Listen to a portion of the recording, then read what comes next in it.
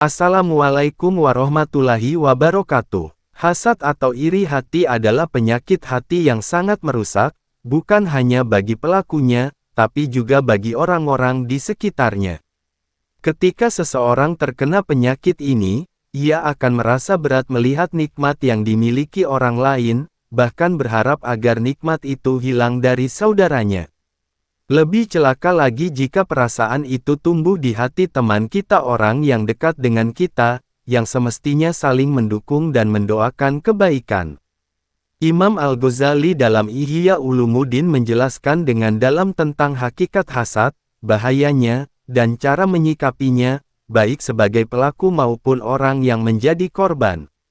Dalam bagian pertama ini, kita akan membahas langkah-langkah penting yang harus dilakukan saat kita mengetahui bahwa teman kita memiliki sifat hasad kepada kita, berdasarkan nasihat Imam Al-Ghazali. 1. Tetaplah berprasangka baik. Langkah pertama dan paling penting menurut Al-Ghazali adalah menghindari prasangka buruk. Seringkali, kita hanya menduga bahwa seseorang hasad, padahal belum tentu benar. Al-Ghazali menekankan bahwa hasad adalah urusan hati, dan manusia tidak dapat memastikan isi hati orang lain kecuali ada tanda-tanda nyata yang berulang dan berbahaya. Janganlah engkau memutuskan bahwa saudaramu adalah orang hasad hanya karena ia diam saat engkau mendapatkan nikmat. Bisa jadi ia sedang diuji oleh Allah dengan kecemburuan hati yang sedang ia perangi. Jika belum tampak tanda-tanda nyata, lebih baik kita menahan diri dari menilai. Teruslah bersikap baik dan jaga hubungan dengan teman tersebut. 2. Tidak membalas hasad dengan hasad. Saat kita menyadari bahwa ada teman yang tidak senang atas kebahagiaan kita, mungkin timbul keinginan untuk membalas menjadi cuek, sinis, atau bahkan menyimpan dendam. Namun Al-Ghazali mengajarkan bahwa membalas kejelekan dengan kejelekan adalah kekeliruan besar. Orang yang membalas hasad dengan hasad, maka ia telah jatuh dalam dosa yang sama. Maka jadilah engkau lebih mulia dengan menahan diri. Sikap yang bijak adalah menahan hati, tetap tenang, dan memperbanyak doa kepada Allah agar dilindungi dari penyakit hati tersebut, baik dalam diri sendiri maupun orang lain. 3. Tetap menjaga kebaikan dan akhlak terhadap teman yang hasad. Hasad bisa membuat seseorang bersikap kasar, sinis, atau menjauh. Tapi Al-Ghazali menyarankan agar kita tidak membalas sikap itu dengan keburukan serupa. Bahkan justru tetap memperlakukan mereka dengan akhlak yang baik. Ini bukan berarti membiarkan diri disakiti terus-menerus, melainkan tetap menjaga adab dan tidak membuka celah permusuhan. Akhlak mulia adalah pelindung dari penyakit hati orang lain. Jangan biarkan kejelekan orang lain mengubah kebaikan dalam dirimu. Misalnya, jika teman yang hasad menghindar saat kita mendapat pujian atau keberhasilan, kita tetap menyapa, mendoakan, dan tidak mengungkit-ungkit kesuksesan secara berlebihan. 4. Mendoakan kebaikan untuk teman yang hasad. Inilah ajaran luar biasa dari Imam Al-Ghazali yang mungkin sulit tapi sangat mulia. Doakan kebaikan untuk orang yang hasad kepada kita. Doakan agar hatinya dibersihkan dari rasa iri, dan doakan agar Allah menggantikan hasad itu dengan cinta dan kasih sayang. Ketika engkau mendoakan orang yang hasad dengan ikhlas, maka Allah akan menumbuhkan cinta di antara kalian dan menghapus iri di hatinya. Ini juga menjadi bukti bahwa hati kita tidak ikut rusak oleh hasadnya orang lain. Bahkan, bisa jadi lewat doa dan kesabaran kita, Allah mengubah musuh menjadi saudara.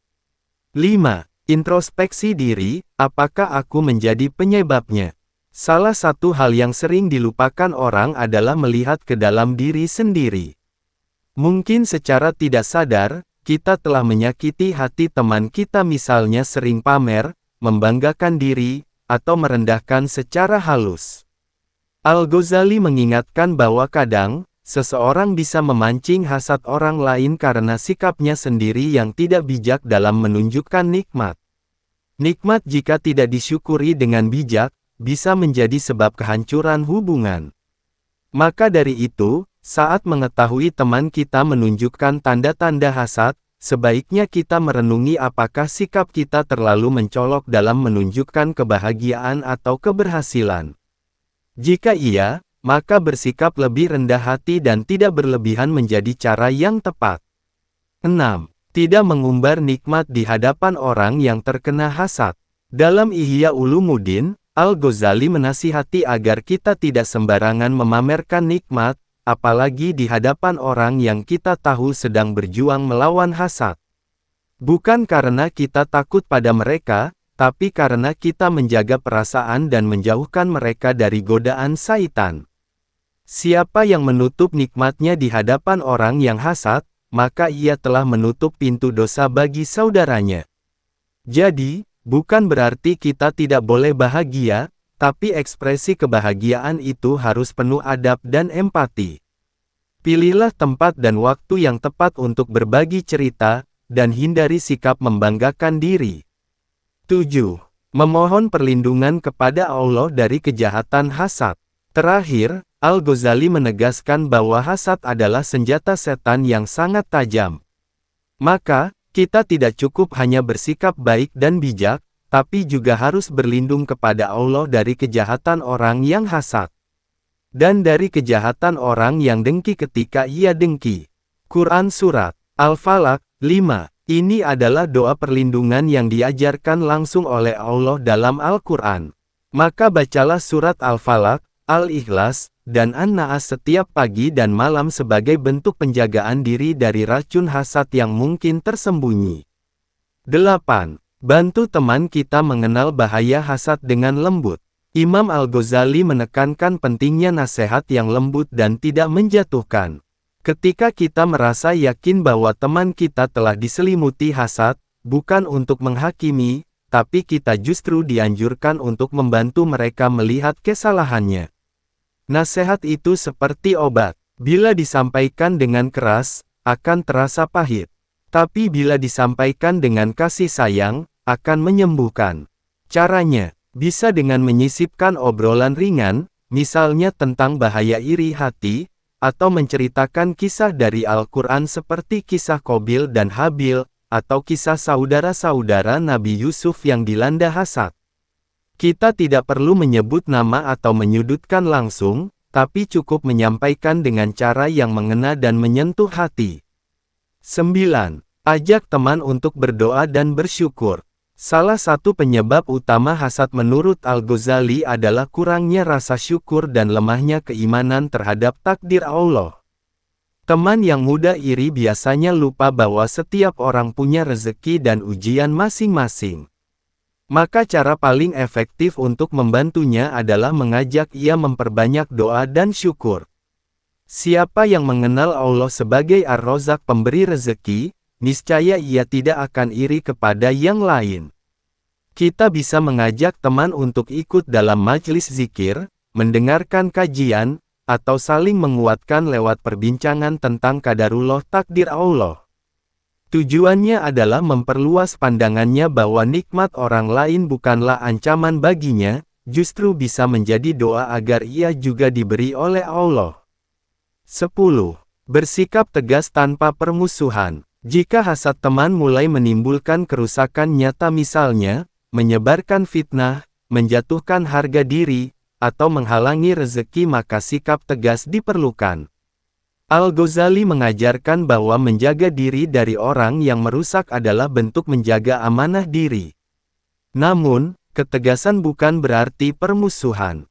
Kita tetap bisa menjaga jarak dengan penuh adab, tidak membuka aib, dan tidak menyulut konflik. Jika perlu, katakan secara baik-baik bahwa kita butuh ruang untuk menjaga hati dan menghindari pertengkaran. Tinggalkanlah pergaulan yang mengajakmu pada dosa, tapi jangan putuskan silaturahim. Bersikap dewasa dan bijak akan membuat kita terhindar dari balas dendam dan dosa baru. 11. Jangan menjadi sumber hasad baru. Kadang, tanpa sadar kita menjadi penyebab orang lain iri. Al-Ghazali menyebut bahwa pamer kekayaan, prestasi, atau kebahagiaan secara berlebihan bisa memancing penyakit hasad pada hati-hati yang lemah.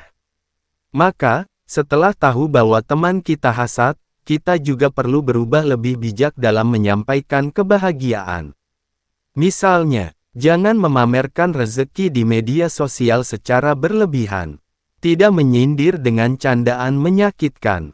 Tidak merendahkan atau membandingkan. Orang yang bijak adalah yang menjaga nikmatnya agar tidak menjadi fitnah bagi orang lain. Ini adalah bentuk kasih sayang. Kita tidak ingin teman kita semakin jauh dari Allah karena melihat kita. 12. Jangan menyerah untuk merangkul. Al-Ghazali mengingatkan bahwa hati manusia bisa berubah kapan saja. Orang yang hari ini iri padamu, bisa jadi besok menjadi sahabat terbaikmu bila kita terus menanam kebaikan. Selama tidak ada permusuhan besar atau pengkhianatan berat, berikan ruang perubahan kepada teman kita. Saat ia mulai luluh, sambut dengan ramah. Saat ia mulai tersenyum, balas dengan hangat. Jangan tutup pintu silaturahim hanya karena masa lalu. Allah saja Maha Penerima taubat, maka jangan engkau terlalu cepat menghukum hati manusia. Kesabaranmu bisa menjadi sebab hidayah bagi orang lain. Itulah nilai tertinggi dari persahabatan. 13. Perkuat diri dengan lingkaran yang positif. Ketika kita tahu bahwa teman kita sedang berjuang melawan hasadnya, bukan berarti kita harus terus-menerus dekat dan menanggung dampaknya sendirian. Kita juga butuh teman-teman lain yang lebih positif, lebih jernih, dan lebih tulus. Lingkungan yang sehat akan membantu kita menjaga hati, memperbaiki emosi, dan terus menebar manfaat.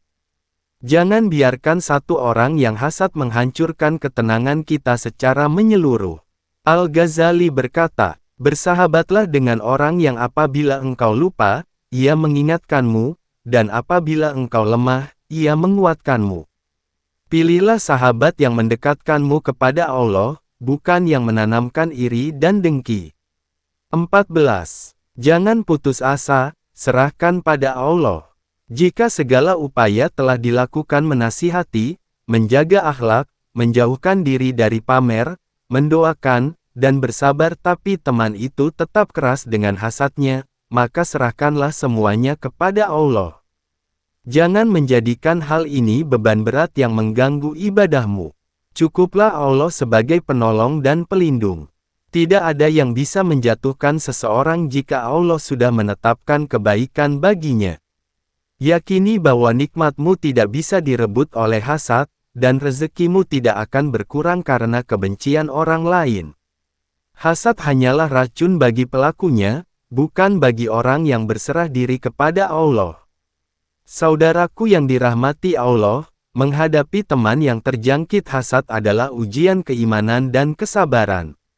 Tapi di balik itu semua, kita diberi kesempatan untuk menumbuhkan jiwa besar, memperhalus akhlak, dan menyembuhkan luka hati orang lain. Barangkali Allah jadikan kita sebagai penyebab mereka kembali padanya. Jangan balas hasad dengan dendam.